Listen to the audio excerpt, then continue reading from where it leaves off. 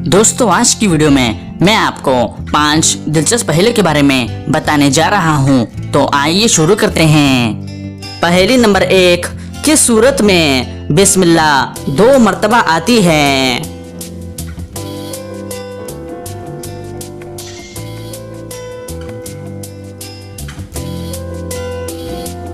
इसका सही जवाब है सूरे अल-नमल। पहेली नंबर 2, सबसे पहले अल्लाह ताला की राह में जिहाद किसने की?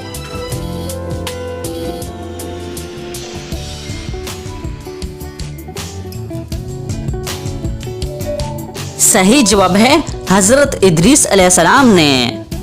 पहेली नंबर 3, किस बालिग अमीर शख्स पर ज़कात वाजिब नहीं है?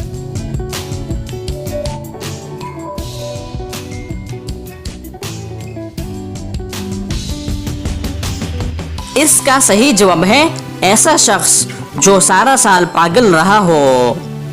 पहेली नंबर 4, वो कौन से 3 लोग हैं जिनकी दुआ हमेशा कबूल होती है?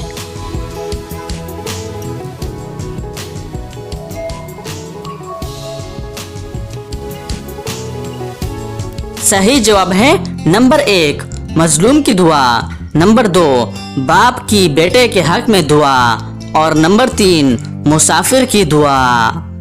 पहेली नंबर 5, इंडिया और पाकिस्तान में कितना फासला है?